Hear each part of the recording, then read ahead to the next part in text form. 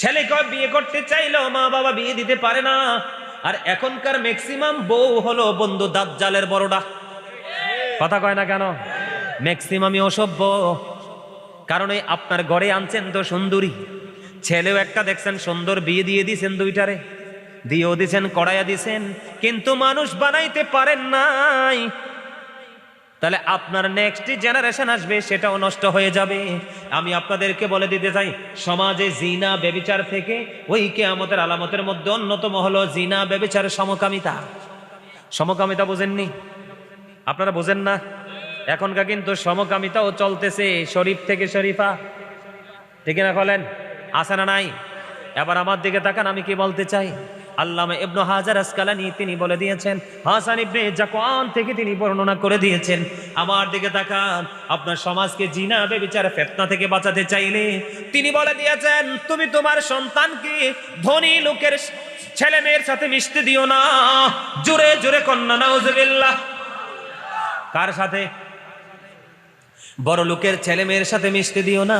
এই সমাজ এবং জাতিকে ধ্বংস করার জন্য গুরুত্বপূর্ণ ভূমিকায় থাকে বড় লোকের বেটা এবং বেটি। কারণ তাদের বাবার দৌলত আছে, সম্পদ আছে, তারা কোনো কিছুরই তোয়াক্কা করে। কথা কি বুঝতে পেরেছেন? এদিকে তাকান, সময় মতো বিয়ে দিয়ে দিবেন, সময় মতো বিয়ে করিয়ে দিবেন। আল্লাহ রসুল জানিয়ে দিয়েছেন, একজন যুবক উপযুক্ত আর একজন যুবকের সাথে একই কাঁথায় একই বিছানায় শুইবে না। আল্লাহ রাসূল বলে দিয়েছেন, একটা যুবক আরেকটা উপযুক্ত যুবকের লজ্জাস্থানের দিকে তাকাবে না। একটা উপযুক্ত যুবতী আর একটা যুবতীর দিকে একই বিছানায় একই কাঁথার নিচে শুইবে না। একটা যুবতী আরেকটা যুবতীর লজ্জাস্থানের দিকে তাকাবে না। শুধু নারী নয়, শুধু নারী নয়, আপনার সমাজের মধ্যে যদি বাচ্চা ছেলে দেখেন, কি দেখেন? অত্যন্ত কিউট হয়ে গেছে। কোথায়? অত্যন্ত কিউট, অত্যন্ত দেখতে মিষ্টি, অত্যন্ত সুন্দর। ওই বাচ্চাটাকে আপনি আপনার চোখে চোখে নজরে নজরে রাখতে হবে। উপযুক্ত প্রাপ্ত কোনো ছেলের সাথে নির্জন কোনো একা জায়গায় থাকতে দিবেন না। তাহলে আপনার সমাজ থেকে জিনা ব্যভিচার সমকামিতা কি হয়ে যাবে? দূর হয়ে যাবে। বুঝতে পারছেন নি? প্রিয় হুজুর, আসসালামু আলাইকুম রাহমাতুল্লাহি ওয়া বারাকাতুহু। আমরা যুব সমাজের একটি প্রশ্ন, আমাদের যুব সমাজের অল্প বয়সে বিয়ে না দেওয়ার কারণে আমাদের যুব সমাজ জিনার সাথে লিপ্ত হয়ে যাচ্ছে।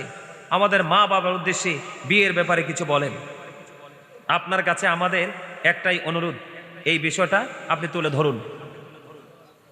আরে ভালো প্রশ্ন নিয়ে শুধু বালার উফরে বালা, মারহাবা কোন আরো জোরে।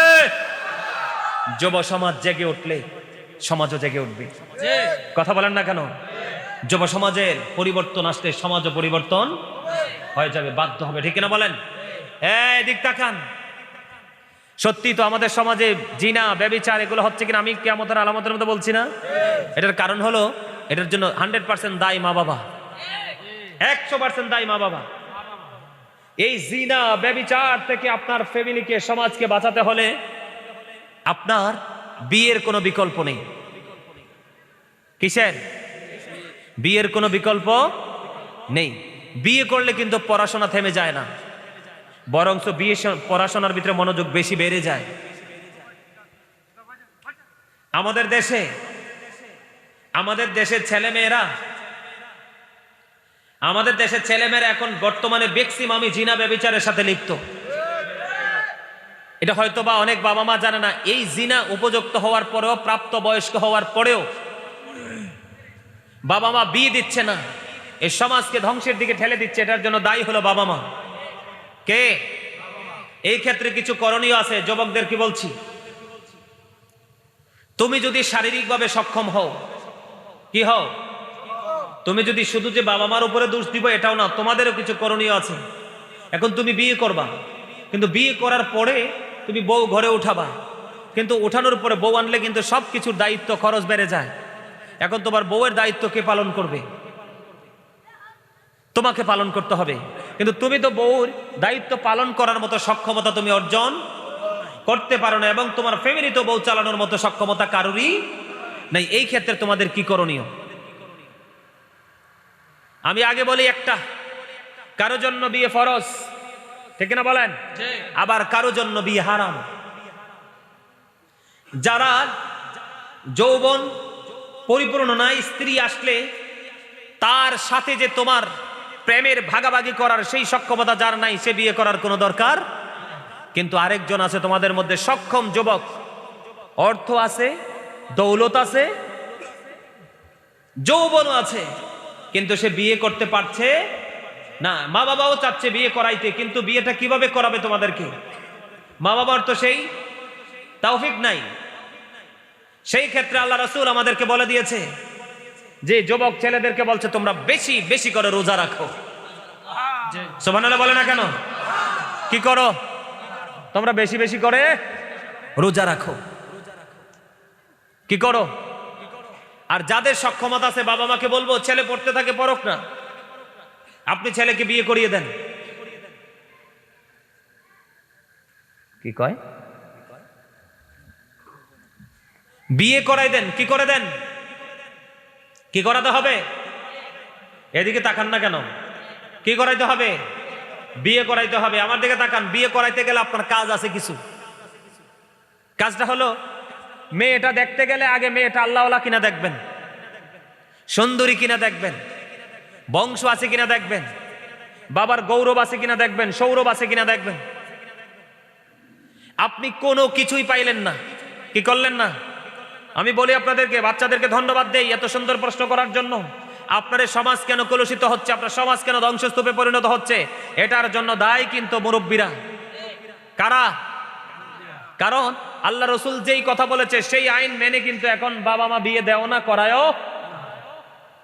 ছেলে মেয়ে আপনার পছন্দ করার ক্ষেত্রে একজন যোগ্য আলেম সাথে রাখা দরকার। আল্লাহ রসুল বলে দিয়েছেন, বন্ধু মেয়েটা সুন্দরী না, ধনী বাপের বেটিও না, কোনো কিছুই মেয়েটার নাই, একটা গুণ আছে, সেই মেয়েটা আল্লাহওয়ালা। রসুল বলে দিয়েছেন, মেয়েটা যদি কান কাটা বাদি দাসীও হয়, ওই মেয়েটা যদি কালো হয়, আল্লাহওয়ালা যদি হয়, এটাকে বউ করে ঘরে নিয়ে এসো। এটার চামড়াটা যদিও কালারে, এই বউ ঘরে আসতে তোমার ঘর থেকে বের হবে নূরানী সন্তান। উদাহরণ দিয়ে দেই, তেঁতুল গাছে কি ধরে? গাছে কি ধরে? জাম গাছে কি ধরে? কামরাঙ্গা গাছে কি ধরে? যেই গাছে এই ফল, তেলে যেই মা বাপ সেই সন্তান। কথা কয় না কেন? সহজে হিসাবটা বুঝতে পারছেন নি? আমি আপনাদেরকে বলে দেই, মা জানতে পারে মেয়েটার কখন বিয়ের সময় হয়েছে, মেয়েটা যৌবনে পা দিয়েছে। বাবা বলতে পারে ছেলেটা কখন যৌবনে পা দিয়েছে। আপনি যদি মনে করেন ও বন্ধু ছেলেটা যৌবনে পরিপূর্ণ হয়ে গেছে, আপনি বিয়ে দিয়ে দিবেন। ও বন্ধু বিয়ের পরেতে পড়াশোনা করবে, চাকরি করবে, কোনো সমস্যা নাই। কিন্তু যুবকেরা, তোমরা যাদের তৌফিক নাই, শারীরিকভাবে তোমরা অক্ষম, বিয়ে করবে না। কি করবে না?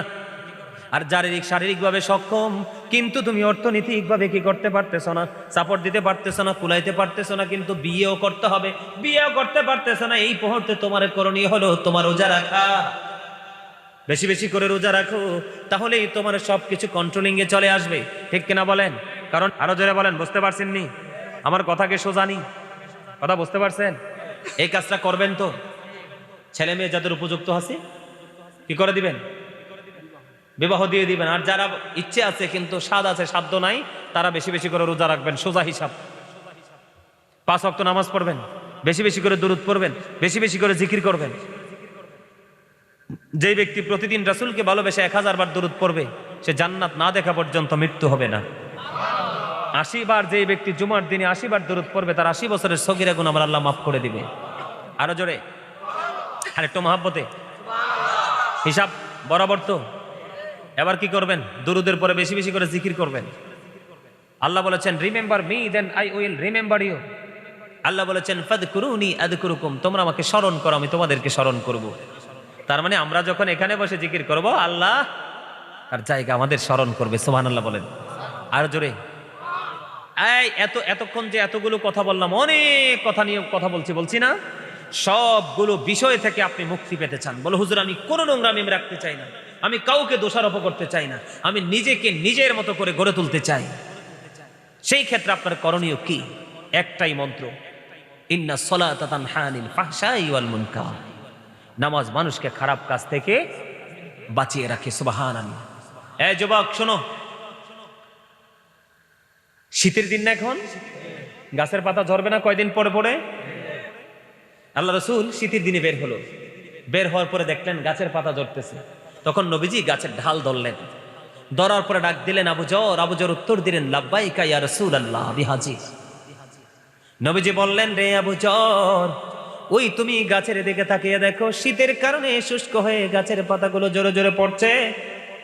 ঠিক তেমনি ভাবে আল্লাহর প্রিয় বান্দাগুলো নামাজের মাধ্যমে যখন তার কপালটা সেজদার মাধ্যমে আল্লাহর কদমে লাগায়া দিবে, ওই শীতের দিনের গাছের পাতার মতো তার সবগুলো গুনাহ ঝরতে থাকবে। সুবহানাল্লাহ, আলহামদুলিল্লাহ, আল্লাহু আকবার, লা ইলাহা ইল্লাল্লাহ। হজ নামাজ সব করতে থাকবেন। আল্লাহ রাসূল বলেছেন প্রত্যেকটা মানুষের যেই কোনো ময়লা পরিষ্কার করার একটা উপকরণ থাকে, থাকে না? থাকে তো। ঠিক মানুষের মনের ঘর পরিষ্কার করার উপকরণ হলো জিকির। সায়েন্টিফিকরা বলেছে জিকির ইজ দ্য হার্ট মেডিসিন। জিকির হলো হার্টের ওষুধ। সুবহানাল্লাহ বলেন না আরো জোরে। তাহলে আমরা সকল অন্যায় অপরাধ থেকে বেঁচে থাকতে হলে আমাদের নামাজের বিকল্প।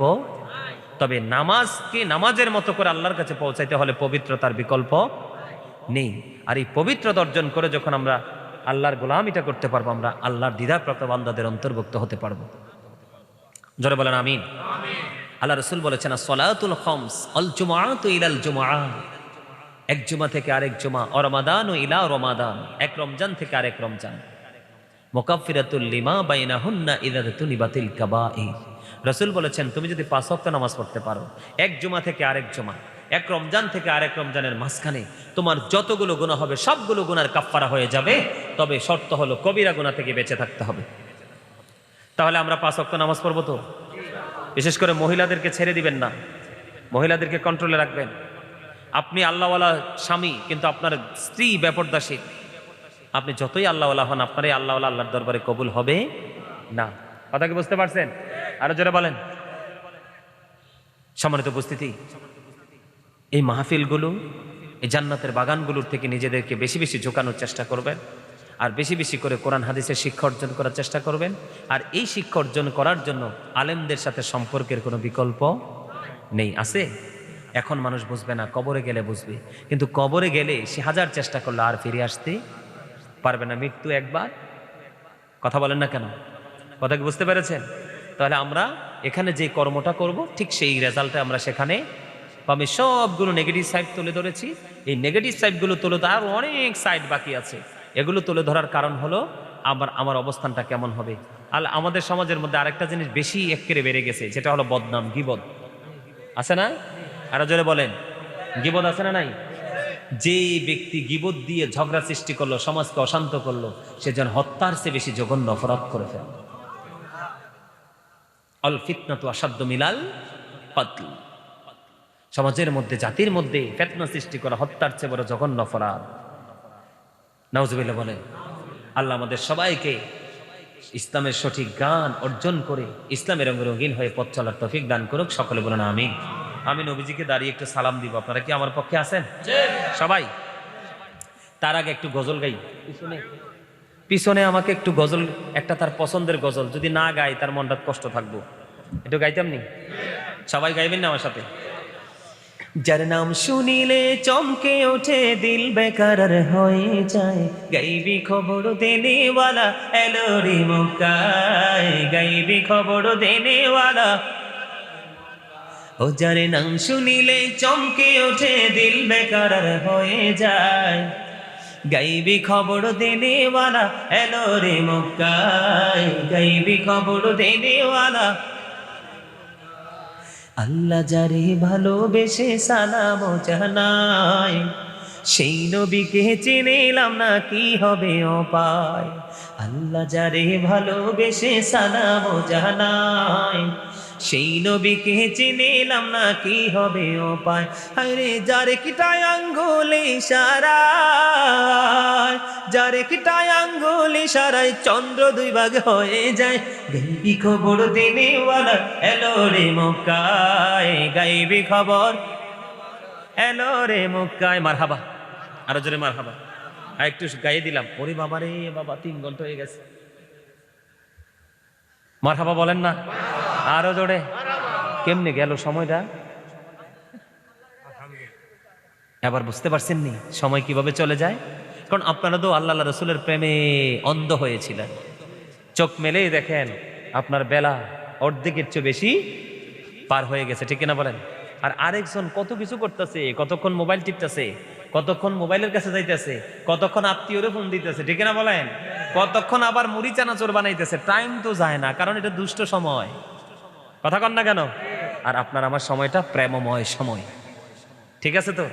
আল্লাহ আমাদের সবাইকে কবুল করে নিক, সকলে বলেন আমিন। এই পরিচিত হোক অপরিচিত হোক, মানুষকে দেখলেই সালাম দিয়ে দিবেন। মানুষ মারা গেলে তার জানাজা অংশগ্রহণ করবেন, অসুস্থ হলে তাকে দেখতে যাবেন। কথা বুঝতে পেরেছেন? আরো জোরে। আপনার ঘরে যখন তরকারি রান্না করবেন, তরকারিতে ঝোল একটু বাড়িয়ে দিবেন, পাশের গরিবকে যেন একটা বাটি দিতে পারেন। সুবহানাল্লাহ বলেন না কেন? আরো জোরে। কেউ ডাকলে তার ডাকে সাড়া দিবেন, কেউ যদি সালাম দেয় সালামের জবাব দিবেন। কথা বুঝতে পেরেছেন? এগুলোর প্রচলন বাড়িয়ে দেন, দেখবেন আপনার পারিবারিক সামাজিক বন্ধনটা অনেক মধুর হয়ে যাবে। আজকে এগুলোর চর্চা নাই বলেই আজকে সমাজ কি হয়ে গেছে? ধ্বংস হয়ে গেছে, ঠিক না বলেন? আরো জোরে। সবচেয়ে মজার খবর হলো, আপনার পাশে যদি একটা গরিব মানুষ থাকে, আপনি ধনী মানুষ, আপনি বাড়ি বানাবেন 5 তালা 10 তালা 2 তালা, আপনি বাড়ির ডিজাইন করেছেন, বাড়ি বানাবেন, কিন্তু বাড়িটা যখন কাজ শুরু করবেন তার আগে আপনার পাশের গরিব মানুষের সাথে একটু আলোচনা করে নেবেন। কেন জানেন? রাসূল বলেছেন তুমি তার সাথে একটু পরামর্শ করে নাও। কেন? কারণ তুমি যদি বাড়ি বানাও, পাকা দালান বাড়ি বানাও, 5 বছরের জন্য বানাও, এটা কিন্তু টেকসই হয়ে যাবে। 5 বছরের 5 তালা বানাবে, 100 বছরের জন্য কি হয়ে যাবে? টেকসই হয়ে যাবে। যদি তোমার এই বাড়ি বানানোর ক্ষেত্রে ওই পাশে তোমার যে গরিব মানুষ আছে তার যদি কোনো ক্ষতি বা তার যদি কোনো সমস্যা হয়, তার সমস্যাটাও কিন্তু 100 বছরের হবে। কথা কি বুঝতে পারছেন? আপনার সুখটা যেমন 100 বছরের হবে, তার দুঃখটাও 100 বছরেরই হবে। এই জন্য আপনাকে কি করতে হবে? বাড়ি বানানোর আগেই তার সাথে পরামর্শ করতে হবে। প্রয়োজনে পরামর্শ করে আপনি ডিজাইনটা চেঞ্জ করবেন, প্ল্যানটা কি করবেন? চেঞ্জ করে নেবেন। তারপরও আপনার সুবিধার জন্য পাশের কোনো মানুষকে কষ্ট দিতে পারবেন। কারণ হলো কি জানেন? খোদা প্রাপ্তির পথ রয়েছে লোকানো, রয়েছে মানব সেবার মাঝে। পাবো না কোথাকে আল খেল্লা তাসবিহ আর যায় না মাঝে। বুঝতে পারছেন নি? খোদা প্রাপ্তির পথ রয়েছে লোকানো, রয়েছে মানব সেবার মাঝে। পাবো না কোথাকে আল খেল্লা তাসবিহ আর যায় না মাঝে। নামাজ আছে, রোজা আছে, তাসবিহ আছে, যায় নামাজ আছে, দাড়ি আছে, টুপি আছে, পাগড়ি আছে, জুব্বা আছে, সব আছে বন্ধু, কিন্তু সৃষ্টির প্রতি নাই ভালোবাসা। ওই আমল দিয়ে আল্লাহ পর্যন্ত যাওয়া যাবে না। সবার ঊর্ধ্বে রাখতে হবে কি? সৃষ্টির সাথে ভালো আচরণ। আল্লাহকে কই গিয়ে পাবেন? সৃষ্টির সেবার মাধ্যমে আল্লাহকে পাবেন। আল্লাহ আমাদের সবাইকে ঈমান ইসলামী জিন্দেগি যেন দান করে, সকলে বলুন আমিন।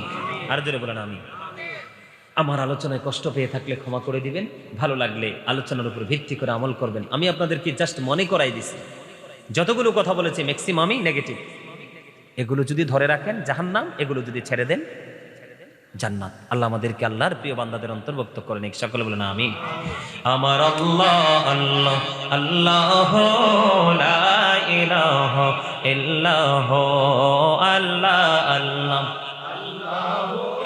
লা ইলাহা ইল্লাহ।